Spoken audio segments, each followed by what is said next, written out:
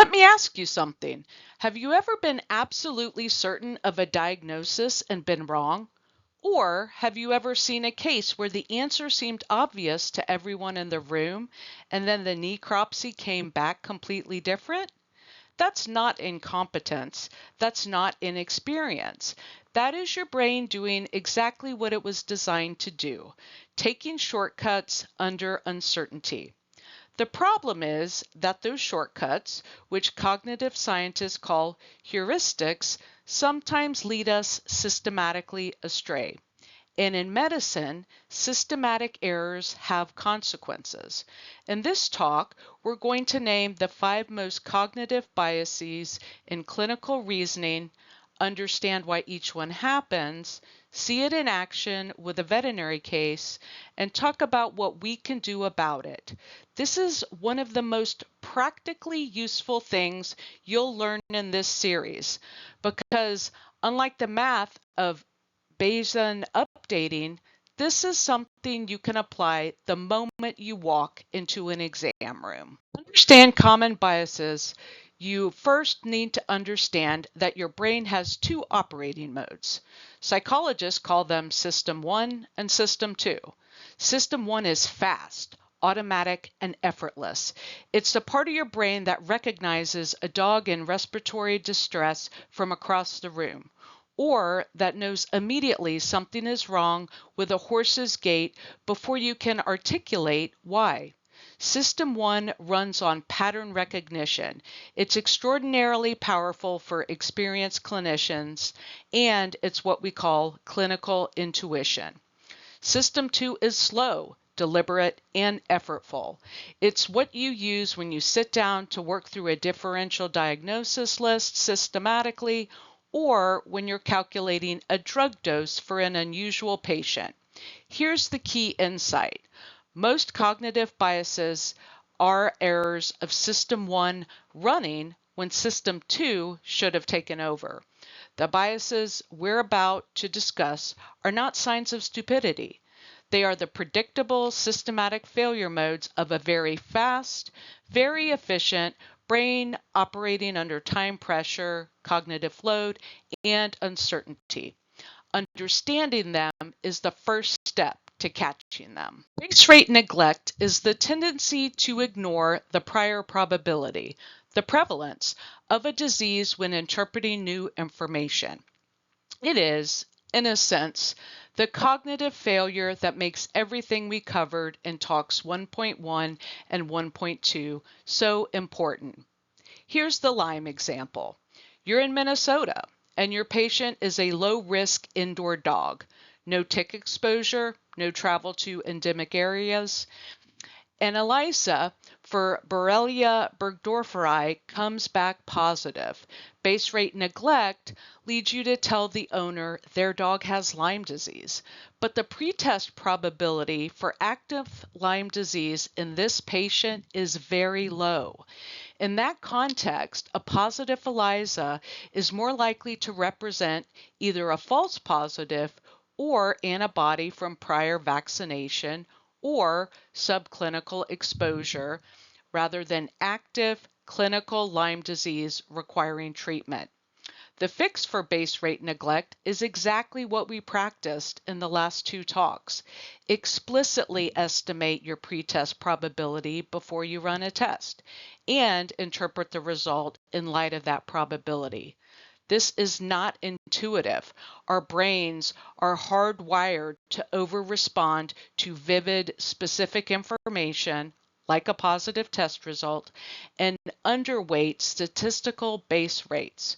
You have to deliberately counteract this tendency. Availability bias is the tendency to judge the probability of something by how easily an example comes to mind. If you just diagnose 2 hyperthyroid cats, hyperthyroidism is very available in your mental search engine. So the next cat with weight loss gets mentally fast-tracked to a thyroid workup. But wait, this cat has a 3-month history of diarrhea and was just adopted from a crowded shelter. That history should probably be raising your probability for intestinal disease, parasitism, or infectious causes. The thyroid workup might still be on the list, but it shouldn't be at the top simply because you just diagnosed 2 hyperthyroid cats. Availability bias is particularly dangerous after unusual or dramatic cases. If you just saw a dog with an unusual toxin exposure, you may start seeing that toxin everywhere for the next few weeks, even when the presentation doesn't really fit. The fix is a structured differential diagnosis process. Before you commit to a workup, pause and ask, am I thinking of this because the evidence points to it, or because it's what I've been seeing lately? Forcing yourself to generate at least 3 plausible differentials before ordering any test is a simple and effective countermeasure. Anchoring is the cognitive tendency to over-rely on the first piece of information you receive and to make all subsequent adjustments relative to that anchor, rather than questioning it from scratch. In referral medicine, this is especially dangerous because you often receive a diagnosis along with the patient. The referring vet's label becomes your anchor, and anchoring is sticky. Even when subsequent evidence doesn't support the initial diagnosis, we tend to adjust around the anchor rather than abandoning it entirely. The horse choke example is a classic illustration. Once you hear choke, your exam is unconsciously filtered through that lens. You find esophageal irritation, which is consistent with choke. You treat for choke. You've confirmed the anchor. What you may have missed is asking, could external compression from a mask cause esophageal obstruction and irritation? That question doesn't get asked because the anchor was set before you started. The fix is to explicitly treat every referral diagnosis as a hypothesis rather than a conclusion. Before you proceed with treatment, ask yourself, if I hadn't heard that diagnosis, what would I be thinking? What evidence actually supports this diagnosis, and what evidence might point elsewhere? Confirmation bias is the tendency to search for, interpret, and recall information in a way that confirms our pre-existing beliefs. It is arguably the most pervasive of all cognitive biases. And it's particularly insidious because it feels like careful, thorough clinical reasoning when it's actually the opposite. The Cushing's example is instructive. You're convinced this dog has hyperadrenocorticism. Every test you order is designed to confirm that diagnosis. When the LD-DST comes back equivocal, you don't reconsider the diagnosis, you run it again. Meanwhile, the dog has concurrent diabetes and a urinary tract infection, both of which can explain many of the signs you're attributing to Cushing's, and both of which are being undertreated because your attention is focused on confirming your primary hypothesis. Confirmation bias is the reason second opinions exist. It's the reason morbidity and mortality rounds exist. It's the reason checklists exist. These are all institutional mechanisms for introducing disconfirming evidence into a reasoning process that would otherwise be dominated by confirmation bias. The personal countermeasure is to deliberately ask for every working diagnosis, what single finding would make me wrong about this? Then go look for that finding. This is called the falsification heuristic, and it is one of the most powerful tools for overcoming confirmation bias. Premature closure is sometimes called the sutured-in-the-gauze error of clinical reasoning. You stopped too soon. You found something, you fixed it, and you moved on. But the diagnostic process should continue until you can fully explain the patient's presentation. When you can't, premature closure has occurred. The cat obstruction example is painfully common. The presenting problem, urethral obstruction, is real, obvious, and appropriately treated. But premature closure means the clinician doesn't ask, what else is going on? Is this cat acidotic? Is there concurrent renal disease? Are there electrolyte derangements that will become life-threatening once we start fluids and the obstruction is relieved? The urinary obstruction was answered. The cat's full clinical picture was not.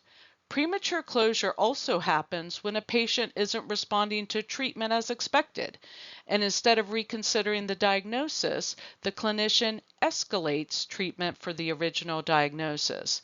This is premature closure compounded by anchoring, a dangerous combination. The fix is a simple but powerful habit. After making any diagnosis, pause and ask, is this the whole story? Especially when the patient isn't improving as expected. Build in explicit checkpoints at 24 hours, at 48 hours, where you reevaluate the entire clinical picture, not just the primary problem. In real clinical practice, biases rarely appear one at a time. They compound. In this case, we can identify at least 4 biases that operated simultaneously and led to a 24-hour delay in diagnosing a foreign body obstruction, which, in a dog with a complete obstruction, is not a trivial delay. The referring diagnosis anchored the clinician. The availability of dietary indiscretion as a common diagnosis in Labradors reinforced the anchor. Supportive care that appeared to provide brief improvement triggered confirmation bias. And the clinician stopped at GI upset without completing the diagnostic picture. Premature closure. None of these biases required the clinician to be negligent or careless. Each one, in isolation, is a completely understandable cognitive shortcut. Together, they add up to a misdiagnosis. The single most important clinical habit that guards against this pattern is the one that experienced clinicians universally report. When a patient isn't improving as expected, stop and start over. Don't escalate treatment for the old diagnosis. Reassess the diagnosis itself. Here's the summary. Cognitive biases are the systematic failure modes of a fast, efficient brain working under pressure. The 5 we covered today are base rate neglect, availability bias, anchoring, confirmation bias, and premature closure. They rarely travel alone, and they're present in every clinical setting, from students on their first rotation to experienced specialists. The good news is that awareness is the first and most important countermeasure. Simply knowing these biases exist and being able to name them dramatically improves your ability to catch yourself in the act. Structured diagnostic habits, generating multiple differentials, explicitly asking what would prove you wrong, and building in reassessment checkpoints are the practical tools that follow from that awareness. In the next talk, we'll shift from how we think to how we measure, covering accuracy, precision, and the difference between validity and reliability. Pause the video while you read the scenarios and work out solutions, and then we'll go through the answers together. Let's work through each one. Scenario A involves 2 biases working together. First, there's anchoring. The farrier's report of laminitis set the initial diagnosis and it stuck.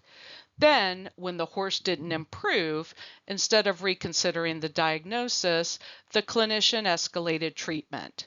That's premature closure.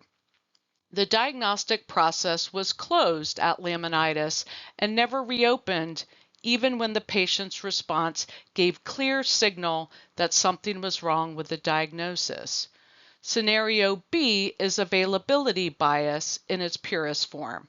The CE lecture made equine metabolic syndrome highly available in the clinician's mental search engine.